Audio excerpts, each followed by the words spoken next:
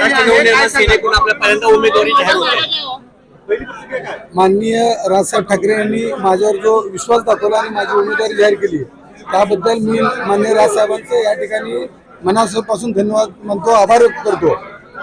गेल्या 10 वर्षापासून मी पंढरपूर मंगळवेढा मतदारसंघामध्ये अतिशय चांगल्या प्रकारचं त्या ठिकाणी काम करतो आणि ते सगळ्या जनतेला माहीत आहे।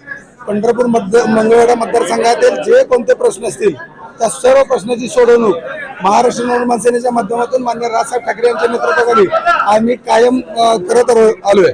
आणि या ठिकाणी त्या ठिकाणचे जे जे काही प्रश्न असतील, मग पंढरपूरचे रस्ते असू द्या, स्मशानभूमी असू द्या, पंढरपूर शहरात पाण्याचा प्रश्न निर्माण झाला तो पाण्याचा प्रश्न असू द्या, शेतकऱ्यांचा विषय असू द्या, दुधाचा विषय असू द्या, कर्जाचा विषय असू द्या, महिला बचत गटाचा विषय असू द्या, कामगारांचे विषय असू द्या, या सगळ्या विषयावर त्या ठिकाणी मी महाराष्ट्र नवनिर्माण सेनेच्या माध्यमातून त्या ठिकाणी काम केलंय।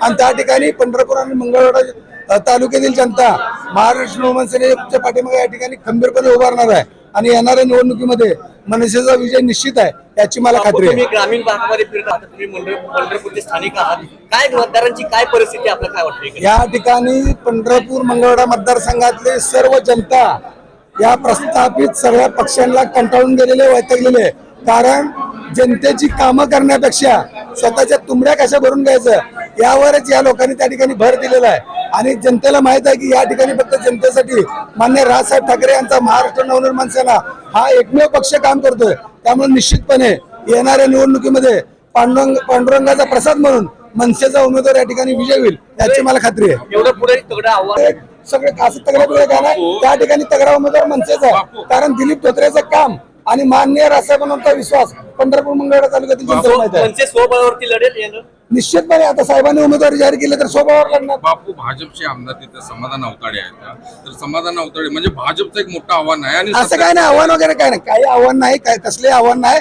कारण त्या ठिकाणी पॅरलल सरकार म्हणून दिलीप धोत्रेंनी काम केलंय।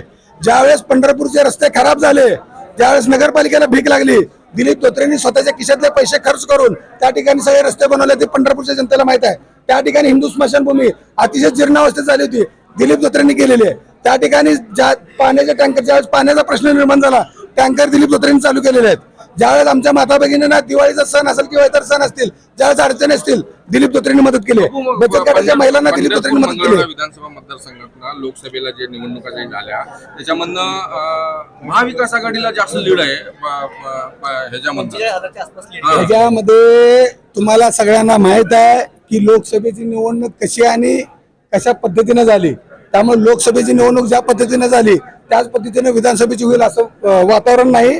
आता वातावरण पूर्ण बदललंय, आता फक्त हवा माननीय राजसाहेब ठाकरे यांची चालू आहे। महाविकास आघाडी आणि महायुती या दोघांमधनं महाराष्ट्र मनसे कसं फाईट? महाविकास आघाडीने महायुती कुठले काढले? काम मनसेच आहे। महाविकास आघाडी महायुती कामच करत नाही, सगळ्या लोकांना माहित आहे। काम फक्त मनसेचं आहे आणि लोक काम करणाऱ्याच्या पाठीशी खंबीरपणे उभे आहेत। विठ्ठल परिवार हा पंढरपूरचा महत्त्वाचा घटक मानला जातोय। विठ्ठल परिवाराबाबत या ठिकाणी सगळ्यांचा आशीर्वाद माझ्या पाठीशी आहे, निश्चित माझ्या पाठीशी आशीर्वाद राहणार आहे। माननीय राजसाहेबांनी माझी उमेदवारी जाहीर केली आहे आणि मला खात्री आहे की निश्चितपणे प्रचंड अशा मतांनी त्या ठिकाणी मनसेचा उमेदवार विजयी होईल। जय मनसे।